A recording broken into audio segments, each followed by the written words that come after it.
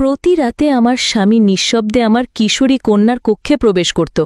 আমার চোখে ফাঁকি দিয়ে সে যে আমার শোবার ঘর ছেড়ে মেয়ের ঘরে যেত তা আমি ঠিকই টের পেতাম।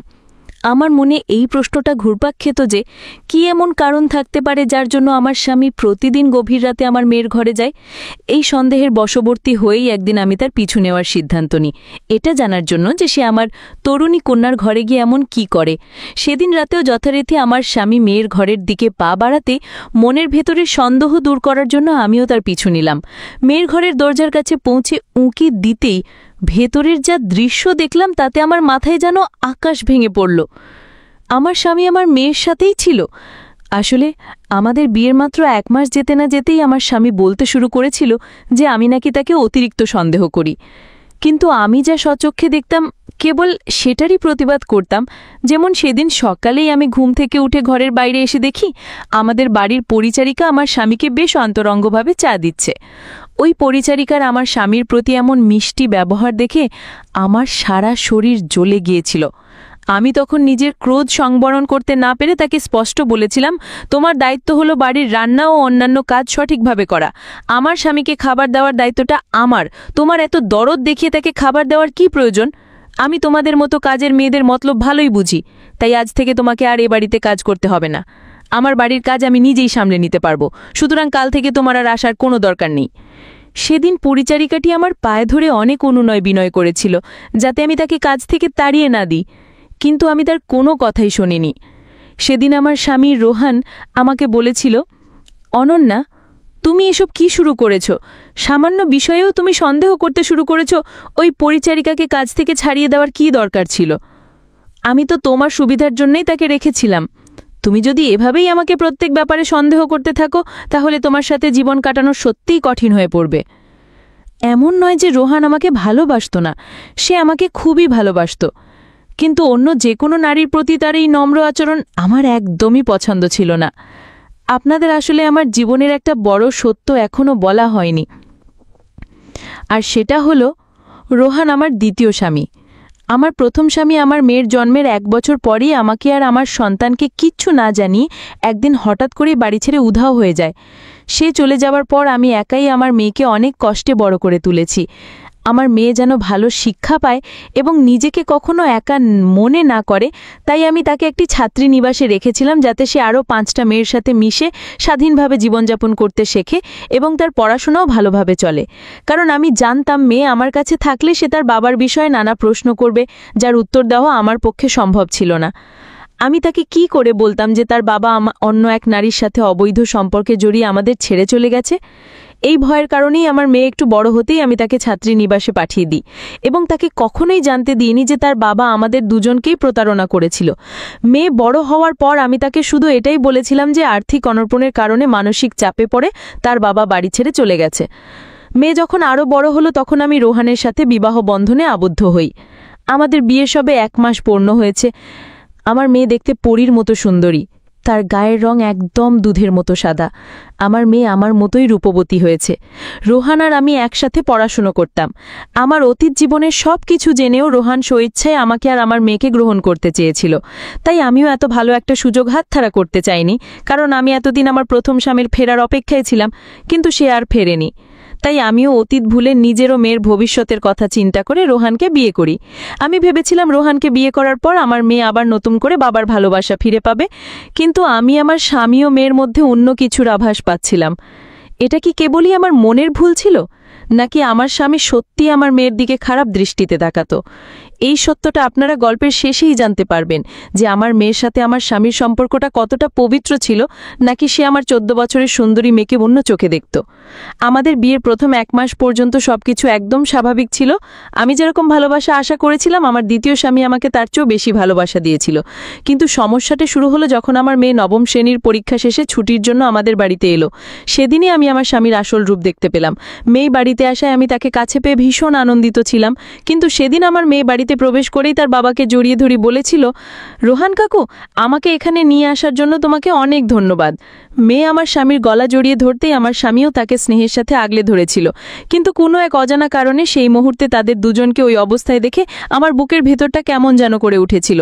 আমি নিজের আবেগ সংবরণ করতে না পেরে মেয়েকে কিছুটা কঠোর স্বরেই বলেছিলাম, স্নেহা, তুমি বাবার সাথে কিভাবে কথা বলছো?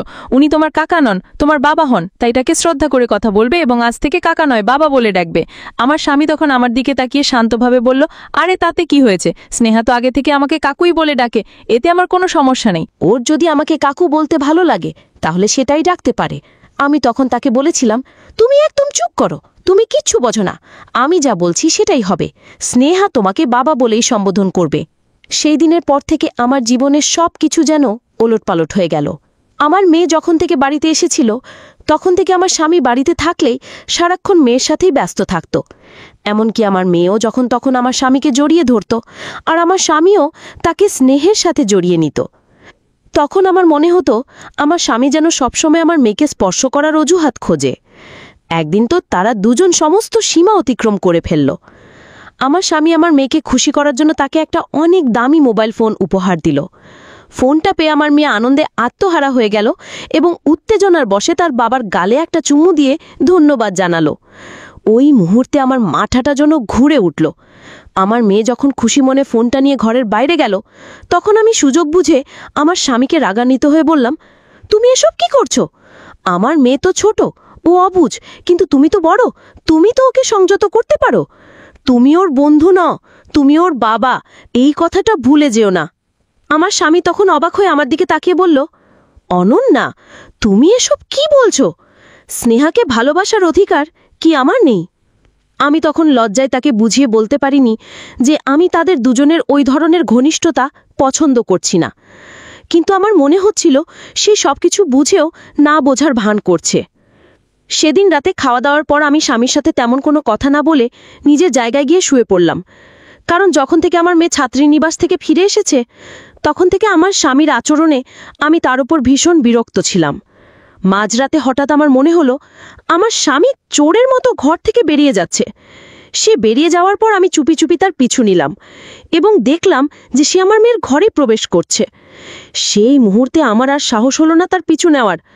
আমি তার উপর ভীষণ রাগ করে নিজের ঘরে ফিরে এসে শুয়ে পড়লাম, কিন্তু আমি এটাই বুঝতে পারছিলাম না যে আমার স্বামী মাঝরাতে কেন আমার মেয়ের ঘরে যায়। আমি জানতাম না আমার এই সন্দেহ করাটা ঠিক হচ্ছে কিনা। যেহেতু আমার প্রথম স্বামী আমাকে ও আমার মেয়েকে ছেড়ে তার প্রেমিকার কাছে চলে গিয়েছিল, তাই আমার মনে একটা গভীর ক্ষত তৈরি হয়েছিল, যে ভয়টা আমি আজও কাটিয়ে উঠতে পারিনি। আর রোহান যেহেতু আমার মেয়ের নিজের বাবা ছিল না, তাই আমার সন্দেহটা আরও তীব্র হয়েছিল। এদিকে আমার মেয়ে সারাদিন আমার স্বামীর সাথেই গল্প করে কাটাতো, যা দেখে আমার একটুও ভালো লাগতো না। কিন্তু আমি তাদের খুলে কোনো কিছু বলতেও পারতাম না যে আমি তাদের এই ঘনিষ্ঠতা পছন্দ করি না, কারণ আমার মনে একটা ভয় কাজ করত যে আমার স্বামী যদি আমার যুবতী মেয়েকে দেখে তার উদ্দেশ্য পরিবর্তন করে ফেলে বা তার সাথে নিজের কোনো ইচ্ছে পূরণ করে, তাহলে আমার মেয়ের জীবনটাই নষ্ট হয়ে যাবে। কিন্তু এই কথাটা আমার না পারছিলাম আমার মেয়েকে বলতে, না পারছিলাম আমার স্বামীকে বলতে, আর এই ভয়টা আমার মনের ভেতর দিন দিন বাড়তে থাকছিল। একদিন আমি রান্নাঘরে রান্না করছিলাম, তখন আমার মেয়ে তার ঘর থেকে বেরিয়ে এসে সোজা তার বাবার কোলে গিয়ে বসে পড়ল এবং তার ঘাড়ে হাত রেখে আবদারের সুরে বলল, বাবা, ছুটিতে বাড়িতে বসে থেকে আমার আর ভালো লাগছে না, আমি নতুন কিছু শিখতে চাই। আমার স্বামী তখন মেয়ের কোমরে আলতো করে হাত রেখে তাকে আশ্বস্ত করে বলল যে সে তাকে সাইকেল চালানো শিখিয়ে দেবে।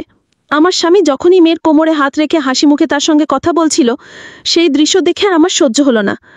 আমি রান্নাঘর থেকে বেরিয়ে এসে মেয়ের হাত ধরে তাকে তার বাবার কোল থেকে সরিয়ে দিয়ে বললাম, তুই এত বড় হয়েছিস, তাও বাবার কোলে এইভাবে বসে আছিস? তুই এখন আর ছোট নেই, তোর এই ছেলে মানুষের স্বভাব গুলেবার ছাড়। মেয়ে তখন অবাক চোখে আমার দিকে তাকিয়ে বলল, মা, তুমি সবসময় আমাকে বাবার কাছে যেতে বাধা দাও কেন? আমি কি বাবার কোলে একটু বসতেও পারি না? এই কথা বলে আমার মেয়ে রাগ করে নিজের ঘরে চলে গেল। মেয়ে চলে যাবার পর আমি আমার স্বামীকে বললাম, তুমি এসব কি করছো? আমার মেয়ে অবুঝ, কিন্তু তুমি তো সব বোঝো। আমি বারবার তোমাকে বলছি তুমি আমার মেয়ের সাথে একটু দূরত্ব বজায় রেখে চলো। আমার স্বামী তখন সোফা থেকে উঠে দাঁড়িয়ে বলল, অনন্যা, তোমার কি মাথা খারাপ হয়ে গেছে? তুমি এসব কি আবল তাবল বলছো? ও শুধু তোমার মেয়ে নয়, ও আমারও মেয়ে। আমি চাই না আমার ভালোবাসায় কোনো কমতি থাকুক, যাতে তোমার মেয়ে এটা ভাবে যে আমি তার সৎ বাবা। আমার স্বামী সেদিন রেগে গিয়ে আমার সাথে আর কোনো কথা না বলে বাইরে চলে গেল। আমি তখন নিশ্চিত হয়ে গেলাম যে তার উদ্দেশ্য ভালো নয়, সে ভালো মানুষ সাজার অভিনয় করছে। সে আমার মেয়েকে দামি উপহার দিয়ে তার কাছাকাছি যাবার চেষ্টা করছে। এগুলো সবই ছিল আমার মনের ধারণা। কিন্তু যেদিন আমি নিজের চোখে সত্যিটা দেখলাম, সেদিন আমার পায়ের তলার মাটি সরে গিয়েছিল। আমার স্বামী আমার মেয়েকে সাইকেল শেখানোর অজুহাতে তার কোমরে আর পিঠে হাত দিত।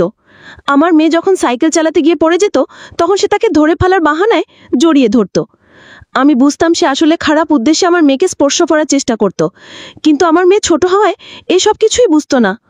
সেদিন রাতে আমার স্বামী অফিস থেকে ফেরার পর আমি তার সাথে একান্তে কথা বলার সিদ্ধান্ত নিই। আমি আর এসব সহ্য করতে পারছিলাম না। আমি তাকে সরাসরি জিজ্ঞেস করলাম, তুমি কেন বারবার আমার মেয়েকে স্পর্শ করার চেষ্টা করো? আমি জানি তোমার নজর তরুণী মেয়েদের দিকেই থাকে, আর আমার মেয়েও দেখতে অনেক সুন্দরী, তাই আমার মনে হয় তুমি তাকে খারাপভাবে ছোঁয়ার চেষ্টা করো। আমি সব মতলব বুঝতে পারি। আমার কথা শুনে আমার স্বামী অবাক হয়ে গেল। সে বলল, ছি অনন্যা, তুমি আমার স্ত্রী হয়ে আমার সম্পর্কে এত খারাপ ভাবতে পারলে? আমি ভাবতেও পারিনি যে তুমি বাবা মেয়ের সম্পর্ককে এত নোংরা দৃষ্টিতে দেখবে। ও একটা বাচ্চা মেয়ে, আমি ওকে নিজের মেয়ের মতোই ভালোবাসি। আমি যদি ওকে ভালোবেসে স্পর্শ করি বা ওর কপালে চুমু দিই, তাতে খারাপের কি আছে? তুমি কি তোমার মেয়েকে ভালোবেসে চুমু খাও না? তাহলে আমি আমার মেয়েকে একটু আদর করলে দোষ কোথায়? তুমি নিজের মন থেকে এই সব বাজে চিন্তা দূর করে দাও, না হলে আমি এইসব সহ্য করতে না পেরে বাড়ি ছেড়ে চলে যাব। আমি স্বপ্নেও ভাবিনি যে তুমি আমার মেয়ের সাথে আমাকে সন্দেহ করবে। সেদিন আমার স্বামী আমার ওপর রাগ করে পাশের ঘরে গিয়ে শুয়েছিল, কিন্তু আমি সারা রাত ঘুমাতে পারিনি, কারণ আমার মনের অবস্থা কেউ বুঝতে চাইছিল না। আমি একজন মা, আর আমার মেয়ের ভালো মন্দ দেখা আমার প্রধান কর্তব্য। রোহানের সাথে দ্বিতীয় বিয়ে করার পর আমার নিজের উপরই আফসোস হতে লাগল। আমার মেয়ে বাড়িতে আসার পর থেকে আমার স্বামী আমাকে একেবারেই সময় দিত না, কিন্তু আমার মেয়েকে সে সারাক্ষণ সময় দিত। আমি তার সাথে বাইরে ঘুরতে যেতে চাইলে সে রাজি হতো না, কিন্তু আমার মেয়েকে ঠিকই নিয়ে যেত।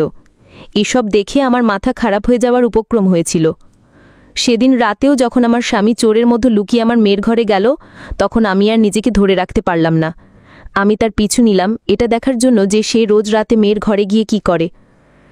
মেয়ের ঘরের দরজার চাবির ফুটো দিয়ে আমি ভেতরের দৃশ্য দেখার চেষ্টা করলাম, কিন্তু যা দেখলাম তাতে আমার পায়ের তলার মাটি সরে গেল। আমার স্বামী বিছানায় বসেছিল, আর আমার মেয়ে তার কোলে মাথা রেখে কাঁদছিল। আমার মেয়ে স্নেহা তাকে বলছিল, বাবা, তোমাকে আমার জীবনে পেয়ে আমি যে কতটা আনন্দিত তা বলে বোঝাতে পারব না। আমি তো জন্ম থেকেই বাবার স্নেহ কি তা জানতাম না, বাবার মুখটাও আমার মনে নেই, কিন্তু তোমাকে নিজের বাবার মতো পেয়ে আমি খুব খুশি। এত বছর পর তোমার মতো একজন ভালো বাবা পেয়েছি। তাই বাবা, আমি তোমাকে হারাতে চাই না। তুমি আমাকে ছেড়ে কখনো কোথাও যেও না। আমি এতদিন পর মা আর বাবাকে একসাথে পেয়েছি, তাই আমি তোমাদের ছেড়ে আর ছাত্রীনিবাসে থাকতে চাই না। আমার স্বামী তখন আমার মেয়ের মাথায় ভালোবেসে হাত বুলিয়ে বলল, স্নেহা, তুমি আমার নিজের মেয়ের মতোই। আমি তোমাকে সেই সমস্ত ভালোবাসা আর স্নেহ দিয়ে ভরিয়ে দেব যা পাওয়ার তুমি অধিকারী। আর যখন তোমার বিয়ে দেব, তখন এমন ছেলে খুঁজে আনব যে আমার মেয়েকে নিয়ে এই বাড়িতেই থাকবে, কারণ আমি আমার মেয়েকে আমাদের থেকে দূরে পাঠাতে চাই না। কিন্তু এখন তোমাকে ছাত্রীনিবাসে থেকেই পড়াশোনা করতে হবে। তোমার স্কুলের পড়াশুনো শেষ হলে আমি তোমাকে সেখান থেকে নিয়ে আসব। তখন আমরা বাবা মেয়ে মিলে খুব মজা করব আর ঘুরব। কিন্তু এখন তুমি নিজের পড়াশোনায় মন দাও, না হলে তোমার মা তোমার ওপর রাগ করবে। ওই সময় আমার মেয়ে তার বাবাকে যে প্রশ্নটা করেছিল, সেটা শুনে আমি লজ্জায় কুঁকড়ে গেলাম। আমার মেয়ে তাকে জিজ্ঞেস করেছিল, বাবা, সব কিছুই তো ঠিক আছে, কিন্তু মা কেন সবসময় আমাকে তোমার থেকে দূরে সরিয়ে রাখে? তোমার সাথে একটু কথা বললেও মা বকা দেয়, এমনকি তোমার সাথে ঘুরতে গেলেও বা সাইকেল চালাতেও মা আমাকে বকা দেয়। আমার স্বামী তখন মেয়ের কথা শুনে মাথা নিচু করে তার মাথায় হাত বুলিয়ে বলল, দেখো স্নেহা, এই পৃথিবীতে একজন সন্তানকে তার মায়ের চেয়ে বেশি আর কেউ ভালোবাসতে পারে না। তাই তোমার মা তোমার ভালোর জন্যই তোমাকে বকা দেন। তুমি তোমার মায়ের কথাই কিছু মনে করো না। আসলে তুমি যদি আমার সাথে বেশি মেলামেশা করো, তাহলে তুমি আর হোস্টেলে ফিরে যেতে চাইবে না। এই জন্যই তোমার মা তোমাকে আমার থেকে একটু দূরে রাখতে চান। আমার স্বামী আর আমার মেয়ের কথা শুনে আমার চোখ দিয়ে অঝরে জল পড়তে লাগল। এরপর আমার স্বামী স্নেহার মাথায় হাত বুলিয়ে বলল, তুমি এখন শুয়ে পড়ো মা, আমি তোমার মাথায় হাত বুলিয়ে একটা গান শুনিয়ে দিচ্ছি। তারপর সে আমার মেয়ের মাথায় হাত বুলিয়ে তাকে গান শুনিয়ে ঘুম পাড়িয়ে দিল। প্রায় আধ ঘন্টা পর স্নেহা ঘুম পড়লে আমার স্বামী তার গায়ে ভালোভাবে চাদরটা জড়িয়ে দিয়ে তার বিছানা থেকে বই খাতা গুছিয়ে রেখে ঘরের আলো নিভিয়ে দিল। সে ঘর থেকে বেরিয়ে আসার আগেই আমি সেখান থেকে সরে এসে সোফার সামনে দাঁড়ালাম। অন্ধকারে আমাকে সেখানে দাঁড়িয়ে থাকতে দেখে রোহান বলল, তুমি এত রাতে এখানে কি করছো? আমি তখন কাঁদতে কাঁদতে তার হাত ধরে বললাম, রোহান, আমাকে ক্ষমা করে দাও, আমি তোমাকে অনেক ভুল বুঝেছি। আমি ভাবতাম তুমি প্রতিদিন রাতে আমার কাছ থেকে উঠে গিয়ে আমার মেয়ের কাছে যাও তাকে খারাপভাবে স্পর্শ করার জন্য, কিন্তু তুমি তো প্রতিদিন আমার মেয়েকে গান শুনিয়ে ঘুম পাড়ানোর জন্য তার ঘরে যেতে। যেহেতু আমি তোমাদের ঘনিষ্ঠতা পছন্দ করতাম না, তাই এই সত্যিটা নিজের চোখে দেখার পর আমার নিজের ওপরই খুব লজ্জা হচ্ছে। আমার এই বিরাট ভুল ধারণার জন্য আমি আমার স্বামীর কাছে হাত জোড় করে ক্ষমা চাইলাম। সেদিনের পর থেকে আমি আর কখনো আমার স্বামী আর আমার মেয়েকে একসাথে দেখে সন্দেহ করিনি। সেদিন আমি উপলব্ধি করেছিলাম যে একটা সম্পর্কে যদি বিশ্বাস না থাকে তাহলে সেই সম্পর্ক টিকিয়ে রাখা খুব কঠিন। সন্দেহ করে কখনো কোনো সম্পর্ক ধরে রাখা যায় না। স্বামী স্ত্রীর সম্পর্ক হওয়া উচিত বন্ধুত্বের মতো, যেখানে তারা একে অপরের সাথে মন খুলে কথা বলতে পারবে। আমি যদি শুরুতেই আমার স্বামীর সাথে এই বিষয়ে আলোচনা করতাম তাহলে আমার মনের সন্দেহ এতটা বাড়ত না। আমি তো মনে মনে আমার স্বামী আর মেয়ের সম্পর্কে অনেক খারাপ ধারণা করে বসেছিলাম। এখন আমি আমার মেয়ের ভালোর জন্য আর তার খুশির জন্য তাকে আর ছাত্রীনিবাসে পাঠাইনি। যেহেতু আমার মেয়ে তার বাবার সাথে থাকতে ভালোবাসে, তাই এখন আমি আমার মেয়ে আর স্বামীকে নিয়ে এই বাড়িতেই থাকি। আমি সত্যি খুব ভাগ্যবতী যে রুহানের মতো এত ভালো স্বামী পেয়েছি, যে আমার মেয়েকেও নিজের মেয়ের মতো করে এত ভালোবাসা দিয়েছে। আমার এই কথাটা অনেক আগেই বোঝা উচিত ছিল যে সৎ বাবা হয়েও সে আমার মেয়েকে কতটা ভালোবাসে। আসলে আমি প্রথম থেকেই আমার দ্বিতীয় স্বামীর আমার মেয়ের প্রতি ভালোবাসাকে ভুল চোখে দেখেছিলাম, আর এর জন্য সম্পূর্ণ দোষটা আমারই ছিল। আমার স্বামী অনেক ভালো একজন মানুষ, আমি তাকে চিনতে ভুল করেছিলাম। প্রত্যেকটা সম্পর্কে বিশ্বাস আর ভরসা থাকা অত্যন্ত জরুরি। বিশ্বাস আর ভরসা না থাকলে সেই সম্পর্ক একদিন না একদিন নষ্ট হয়ে যায়। এখন আমি আমার স্বামী আর মেয়ের সাথে অনেক সুখে আছি। এখন আমি আর আমার স্বামীকে সন্দেহ করি না।